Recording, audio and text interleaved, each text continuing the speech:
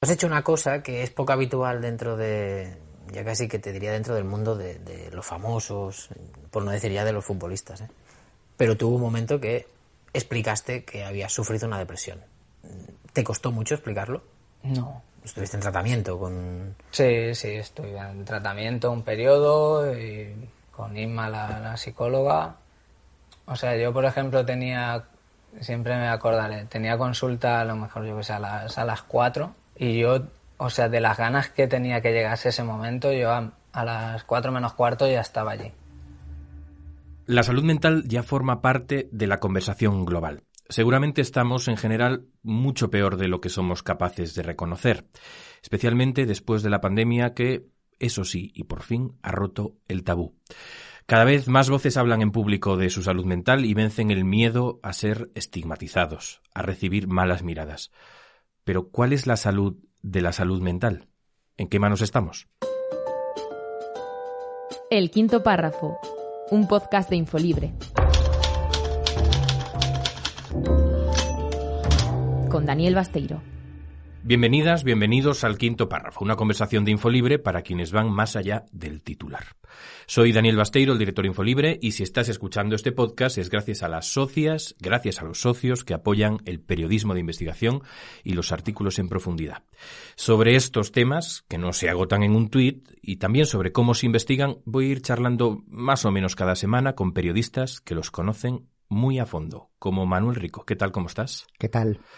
Manuel Rico es el director de investigación de Infolibre y ahora trabaja, entre otros temas, en explicar cómo funciona la salud mental en España, en manos de quién está la atención y qué nos jugamos en su buena gestión. Vamos a ponernos un poquito en situación con la ayuda de Samuel Martínez y enseguida lo comentamos, ¿te parece? Claro, por supuesto. Hay que doblar el número de psicólogos en la salud pública porque que alguien te acompañe o te eche una mano cuando estás solo o lo estás pasando fatal no puede ser un lujo para el que se lo puede pagar. Muchas gracias, señor Errejón. Vete al médico, le gritó un diputado del Partido Popular a Íñigo Errejón el 17 de marzo, cuando el líder de Más País defendía, en el Congreso de los Diputados, una mayor preocupación e inversión por la salud mental. Pero, ¿quiénes son esos miles de españoles que sufren? ¿Qué dicen los datos acerca de la salud mental, especialmente tras la pandemia? El periodista Manuel Rico nos habla de la privatización de la salud mental, pero ¿cuál es el perfil de ciudadano que sufre directamente esa privatización? Las consultas por ansiedad se han disparado un 168% desde marzo. ¿Qué ha supuesto la pandemia a nivel de salud mental? A sus 14 años, André ya sabe lo que es la ansiedad y la depresión. Un 46% de los españoles, casi la mitad, en datos del CIS, manifestó un aumento del malestar psicológico durante el confinamiento y un 44% declaró que su optimismo y su confianza habían disminuido. Según el informe, un 5,8% de la población ha recibido algún tratamiento psicofarmacológico y el 55% ha sentido, en algún momento, que no era capaz de controlar la preocupación. El problema, digamos, de la salud mental es algo que siempre ha estado ahí, pero quizá desde la crisis de la COVID-19, el confinamiento y todo lo que ha venido después, digamos que se ha convertido en una especie de elefante en la habitación en las casas de muchísima gente de España, ¿no? Pero la salud mental también es una cuestión de clase. Las personas que se autoidentifican como clase baja y que aseguran haber estado decaídas, deprimidas o sin esperanza muchos o bastantes días son casi el doble, un 32,7%, que las de clase alta, un 17,1%. Estos son los números, unos números que evidencian que la situación laboral y el dinero en el bolsillo son condicionantes de primer orden en el asunto de la salud mental. Manuel, has publicado ya varios artículos. En el primero explicabas que los fondos de inversión están haciendo negocio con la salud mental a través de las principales empresas de residencias de mayores. En el segundo, que las 4 principales empresas ingresan cada año 140 millones de fondos públicos y en el último, ¿quién se lleva ese dinero en Madrid? Sabemos, porque lo hemos escuchado ya, que la atención pública a la salud mental es muy insuficiente. La pregunta es clara. ¿Está nuestra salud mental en manos privadas y más en concreto en fondos de inversión? Por explicarlo muy simple, en salud mental realmente tenemos que pensar, por un lado, en la parte sanitaria, que es cuando se requiere una hospitalización, y en la parte de apoyo sociocomunitario, que en la mayor mayor parte de las comunidades depende de las comunidades autónomas. El origen de esto es la gran reforma que se hizo sobre la reforma sanitaria del año 85, en el que el objetivo era aquello que se llamaban los manicomios y que suponía que alguien con problemas de salud mental prácticamente quedaba encerrado de por vida en ese tipo de centros, pues que desapareciesen y que las personas con problemas de salud mental básicamente siguiesen en su entorno, que no se les rompiese la vida por completo y por lo tanto una red de apoyo social comunitario, que debe ser el eje del sistema. Hay comunidades como Madrid o Cataluña donde está prácticamente completamente privatizada. Eso que antes se conocía durante décadas como manicomios parece que ha pasado un poco a la historia y en su lugar están apareciendo pues grandes empresas muy profesionalizadas. ¿Quiénes son los principales actores del sector? ¿Quiénes son esas empresas? Tenemos 4 empresas privadas, como desvelamos en el artículo de Infolibre. Las 4 están controladas, tienen accionista significativo o mayoritario por un fondo de inversión y 3 de ellas además es la misma empresa que controla residencias de mayores, como acabas de comentar, y por otro lado están 2 órdenes religiosas. Las 4 empresas privadas son Mentalia, ST Alliance, ITA Salud Mental y Grupo 5, y las órdenes religiosas, las Hermanas Hospitalarias y la Orden Hospitalaria de San Juan de Dios. En el primero de tus artículos dices que el sector está siguiendo un proceso casi idéntico al de las residencias al que se vivió hace 10 años, ¿no? Y que también las 4 principales empresas del sector han duplicado sus recursos en apenas 4 años, si no me equivoco. ¿Cómo ha sido este recorrido? Si confiamos en que la progresión de casos no ha sido tan exponencial como el negocio. Ese paralelismo entre lo que ha ocurrido en los últimos 10 años con las residencias de mayores en España y lo que está ocurriendo con la salud mental se basa en 2 grandes elementos. Primero, efectivamente, es que hay un proceso de concentración, ¿no? De forma que cada vez el negocio está en menos manos y eso, bueno, pues en el caso de la salud mental, esas 4 empresas principales de las que hablábamos controlan ya más de 5.000 plazas. Eso significa que en los últimos 4 años han duplicado el número de plazas que controlaban. Y el segundo elemento son los propios actores, efectivamente, porque son los 3 grandes grupos de residencias en Europa, no solo en España. ¿Por qué? Bueno, porque para estos grupos controlados por fondos, la salud mental es como una división más de su negocio, ¿no? Las residencias de mayores son la división principal de su negocio, obviamente empleo-negocio en los términos que lo utilizan ellos, ¿no? Yo no creo que todo pueda ser un negocio, pero para ellos es un negocio y la salud mental es un negocio adicional y por lo tanto hay una coincidencia entre actores, ¿vale? Que son DomusVi, Orpea y Corian, son los 3 principales grupos de residencias en Europa y los 3 están controlados o tienen como accionista significativo a un fondo. Con lo cual estamos hablando de empresas que no tienen sede o matriz en España, que son transnacionales, que son europeas y que siguen, entiendo que una especie de manual, un librillo, ¿no? Para ganar dinero. Tú dices, no todo puede ser un negocio. Como si la salud mental fuera cualquier producto de consumo, como si fuera un negocio como otro cualquiera. La mayor parte de estos fondos son además fondos, un tipo de fondo muy específico, muy concreto, que se llama fondo de private equity. Ellos entran en un negocio, compran una empresa y en un plazo de 4 a 5 años, es lo ideal, 7 como mucho, la revenden, ¿no? Y la intentan revender, lógicamente, con las máximas plusvalías.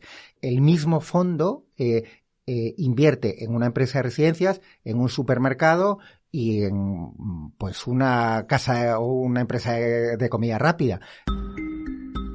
Lo vemos en las residencias, en la sanidad privada en general y también en la atención a la salud mental. Oye, Manuel, ¿qué hay de lo público? Porque una cosa es que haya una atención pública por una parte y por otra atención privada, pero creo que eso no es de lo que estamos hablando aquí, ¿no? Los servicios públicos son insuficientes, por una parte, y los privados reciben dinero de lo público, ¿no? Sí, en la parte sanitaria, los hospitales, es verdad que ahí, o los centros de salud mental, están ahí, como el resto de la sanidad, cada vez más estresados, si se me permite el término, porque hay una falta de personal evidente, pero luego es verdad que se produce esta paradoja que comentas, ¿no? Que estas empresas básicamente viven de las adjudicaciones públicas, ¿no? Eso explica en parte por qué entran en sectores como las residencias de mayores o la salud porque mental. Tienen asegurado el dinero público. Claro, para ellos hay dos elementos.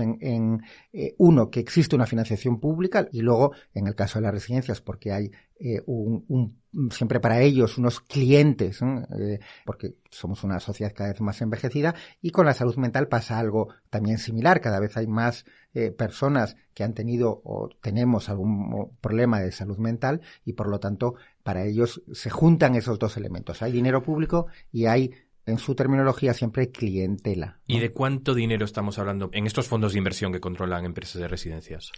En el caso de la salud mental, solo estas 4 principales empresas reciben unos 140 millones al año de dinero público. Uh-huh. Solo estas 4, que son las principales.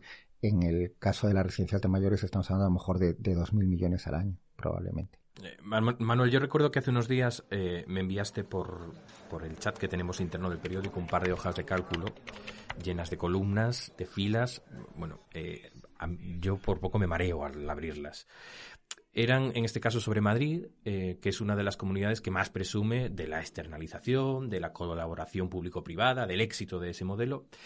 ¿Hay alguna manera sencilla de saber cuánto dinero dedica una comunidad a la salud mental y cuánto acaba en manos de esas empresas privadas? ¿Esa información es accesible? Nosotros en Infolibre, como a veces nos hemos ya partido la cara y roto la cabeza, pedimos casi siempre este tipo de datos por transparencia, acogiéndonos a la Ley de Transparencia del 2013, y lo planteamos por esa vía. Eso quiere decir que por su buena voluntad no transmiten esos datos, ¿no? Hay que reclamárselos por mecanismos legales. Yo lo que recomiendo siempre, lo que intentamos hacer en Infolibre, desde luego, es primero hay que entender bien el campo sobre el que quieres preguntar. Por ejemplo, en la salud mental, en la parte de apoyo sociocomunitario, esa red de apoyo hay múltiples recursos, desde centros de rehabilitación, equipos de apoyo sociocomunitario. Entonces, para nosotros, bueno, pues en la redacción siempre es importante saber cuál es el campo. De aquí, en este caso, pues tuvimos que hablar con psicólogos, con psiquiatras que nos explicasen todos esos recursos que existen,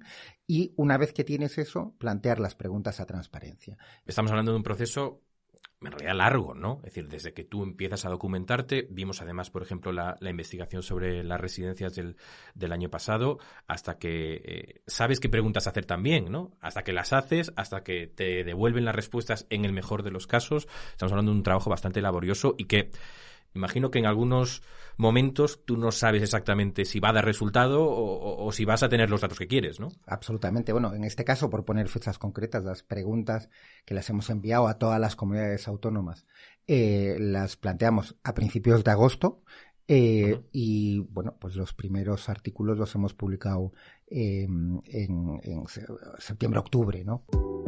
Nuestros socios han comentado mucho tus artículos.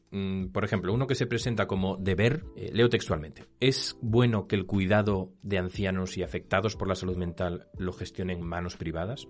Él cita un artículo que publicamos en Infolibre de la mano del consorcio Investigative Europe, en el que se informaba de la remunicipalización de las residencias en Noruega, es decir, volver a hacerlas públicas desde los ayuntamientos. ¿Está en buenas manos nuestra salud mental? En mi opinión, no es bueno que esté tan privatizado o tan por completo en manos privadas, tanto las residencias de mayores como la salud mental.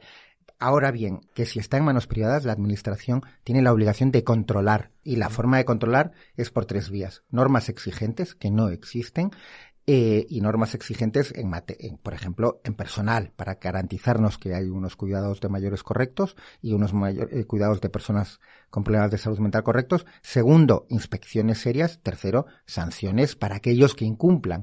Y esto es un agujero que existe por completo en nuestro sistema y que hay que cambiar. Dice Quique Peinado en su última columna de Infolibre que ser patriota es también querer que tus compatriotas no sufran. Dice que a él le jode, son sus palabras, ser un privilegiado por ser de aquellos que acude a terapia sabiendo que otros no se lo pueden permitir. Gracias, Manuel Rico, director de investigación de Infolibre, por ayudarnos a entender, por explicarnos un poco más sobre cómo funciona este sector. Gracias a ti, Daniel. A las y los que nos estáis escuchando, gracias por acompañarnos en este primer podcast de El Quinto Párrafo. Gracias por ir más allá del titular. Si sois socias o socios, sabed que esto es por vuestro apoyo. Si no lo sois, os esperamos, porque solo con vuestro compromiso, solo con él, podremos seguir investigando y trabajando historias como esta. Hasta pronto. El Quinto Párrafo, un podcast producido por Taller de Ideas. Redacción Samuel Martínez. Producción y montaje Santiago Valiente. Infolibre. La información que recibes depende de ti.